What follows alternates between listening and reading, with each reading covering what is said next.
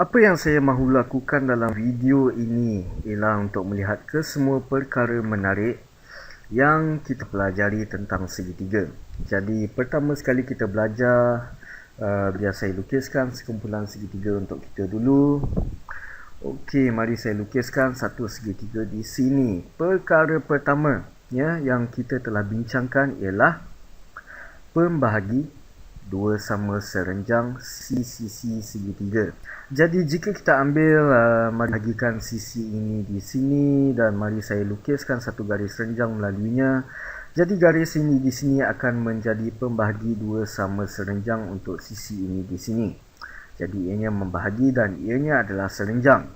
Mari lukiskan satu lagi pembahagi dua sama serenjang di sini. Jadi kita belajar yang ini ialah titik tengah untuk sisi yang itu. Biar saya lukis satu pembahagi dua sama serenjang dan panjang ini adalah sama dengan panjang ini. Dan kemudian kita buat satu lagi di sini. Ini ialah titik tengah untuk sisi itu di situ dan kemudian kita akan lukis satu garis serenjang. Kita tahu yang panjang ini adalah sama dengan panjang ini di sini. Dan apa yang kita telah belajar ialah di mana kesemua pembahagi dua sama serenjang ini bersilang. Apa yang menarik tentang ini? Secara jujurnya, kesemua benda yang kita akan bincangkan dalam video ini ialah mereka akan bersilang pada satu titik unik. Di mana titik unik itu adalah sama jarak dari mercu segitiga ini.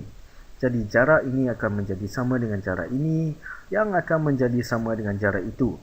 Dan kerana ianya adalah sama jarak kepada mercu, anda boleh lukiskan satu bulatan untuk jejari itu yang melalui mercu-mercu.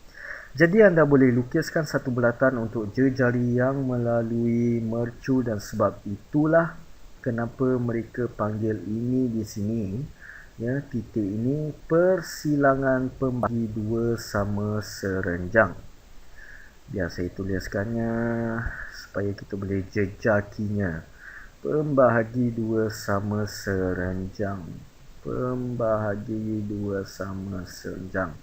Baik, kita panggil titik ini di sini bulat tengah kita kerana ia adalah pusat bulatan lilit kita. Satu bulatan yang boleh menjadi berterap lilit untuk segitiga ini. Jadi ini ialah bulatan lilit kita. Baik, dan jejari untuk bulatan lilit, jarak antara bulatan pusat dan mercu ialah bulatan jejari. Jadi itu ialah pembahagi dua sama serenjang. Sekarang, perkara seterusnya yang kita belajar ialah tujuan video ini adalah untuk pastikan kita membezakan antara perkara-perkara ini dan tidak terkeliru.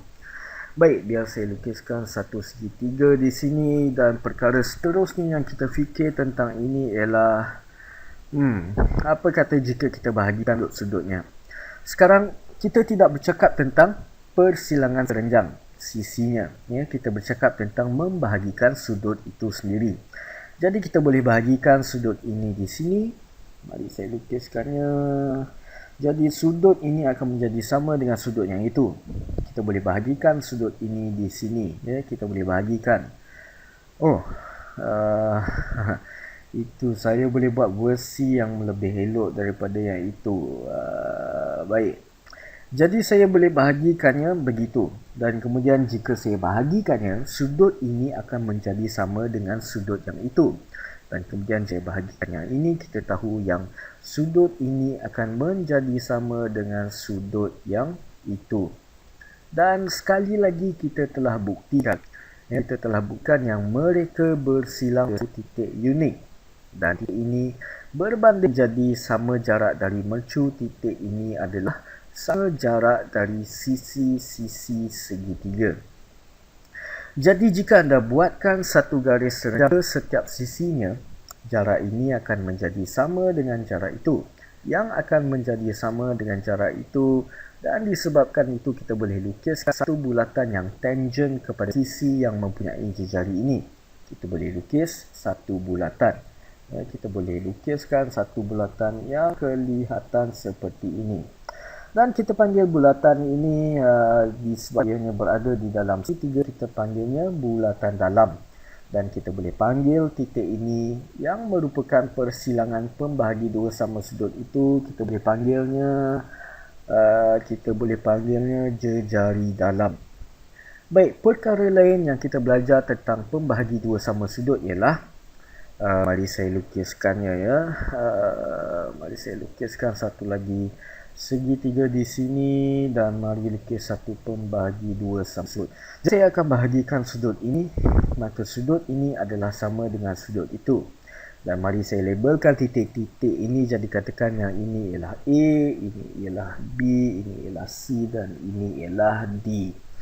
Kita dah belajar yang jika AC adalah pembahagi dua sama sudut untuk BAD, maka nisbah antara AB per BC akan menjadi sama dengan nisbah AD ke DC.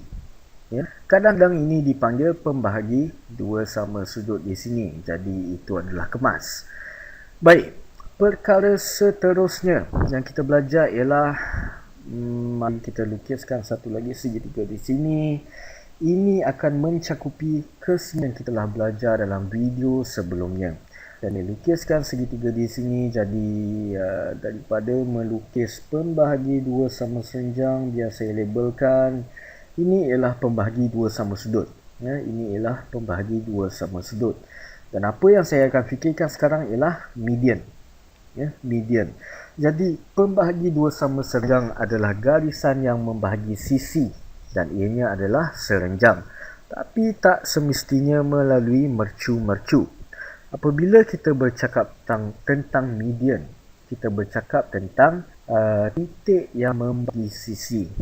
Ya, kita bercakap tentang titik yang membahagi sisi, tapi mereka melalui mercu tidak semestinya serenjang. Jadi mari lukiskan median di sini, katakan ini ialah titik tengah C itu di situ. Jadi kita boleh lukiskan median begitu. Lihat yang ia melalui mercu. Yang ini tidak semestinya melalui mercu. Ini tak semestinya serenjang. Tapi kita tahu yang panjang ini adalah sama dengan panjang itu, dan kita lukiskan beberapa median lagi di sini. Jadi ini titik tengah ini nampak seperti ia berada di sini. Titik tengah nampak seperti ini berada di sini, jadi panjang ini adalah sama dengan panjang itu, dan lihat yang ianya melalui bucu tapi ia tak semestinya serenjang. Dan kemudian ini ialah titik tengah yang nampak seperti ianya berada di sini.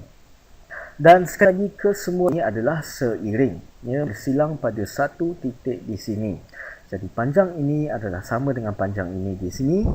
Terdapat beberapa perkara menarik tentang median. Apabila anda lukiskan tiga median seperti ini, titik unik di mana mereka bersang, kita panggilnya centroid. Centroid. Dan saya telah katakan, dan anda mungkin akan belajar tentang ini dalam kelas fizik, ya, ialah jika ini ialah segitiga seragam dan ia ada ketumpatan seragam dan kita tapak atau balingnya ke udara, ia akan berputar sekeliling centroid, ya, iaitu pusat jisimnya. Ia akan berputar sekeliling itu semasa ia terbang di udara. Ia ada sejenis putaran atau anda berkata momentum sudut. Tapi apa yang kemas tentang ini adalah ia juga membahagikan segitiga ini ke dalam 6 segitiga yang sama ruang. Segitiga ini ada ruang sama dengan segitiga itu, dan kita telah buktikan ini dalam beberapa video sebelumnya. Setiap dari 6 segitiga ini mempunyai ruang sama. Perkara lain yang kita belajar tentang median ialah di mana centroid berada di atas setiap median ialah 2/3 sepanjang median. Jadi nisbah sisi ini untuk panjang ini kepada panjang ini ialah 2/1, atau ini ialah 2/3 sepanjang median.